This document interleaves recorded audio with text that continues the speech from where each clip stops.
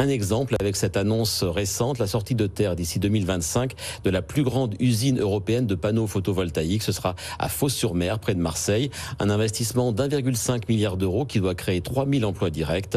Nathan Cocampo nous détaille ce projet porté par Carbone, une jeune start-up lyonnaise. Et juste après, on écoutera Pierre-Emmanuel Martin, c'est le président de Carbone. Ce sera la plus grande usine de ce type en Europe. Cette giga-usine doit produire des composants et des panneaux photovoltaïques qui sont aujourd'hui pour l'instant largement fabriqués en Chine. C'est un enjeu donc de souveraineté nationale et européenne et de reconquête face à la Chine. L'usine qui sera entièrement électrique doit coûter 1,5 milliard d'euros au total.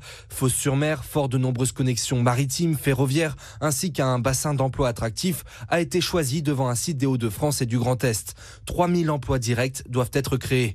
La start-up Carbone, à l'origine de ce projet, a été créée il y a 1 an à Lyon. Dans un premier temps, elle vise une capacité de production de 5 gigawatts par an d'ici à 2025 et ambitionne d'atteindre 20 gigawatts en 2030, l'équivalent d'une vingtaine de réacteurs nucléaires.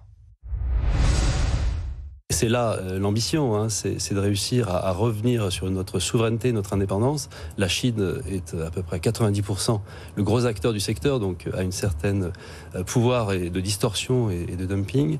Mais effectivement, nous serons compétitifs, modulo, quelques règlements sur des distorsions. C'est quand même vertigineux, là, quand même. 1,5 milliard, 3000 emplois directs. Tout à fait. Que vous allez créer à Fos-sur-Mer.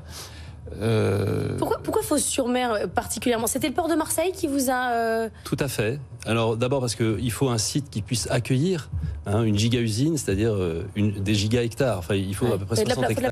Il faut de la place. Oui. Des bâtiments font 35 hectares, mais après il faut des aménagements. Puis surtout, on veut de la place pour pouvoir faire une usine 4.0 qui puisse accueillir dans de bonnes conditions nos collaborateurs.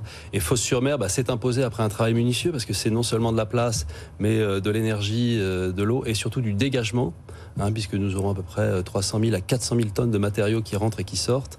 Et donc, il nous fallait une capacité d'accueil portuaire importante. Et surtout, on l'a remarqué, c'est un alignement des collectivités locales et de l'État, puisqu'on a été reçu par le préfet qui a été très, très important dans notre décision. Vraiment, on a une équipe de Marseille, là, pour le coup, qui nous soutient fortement.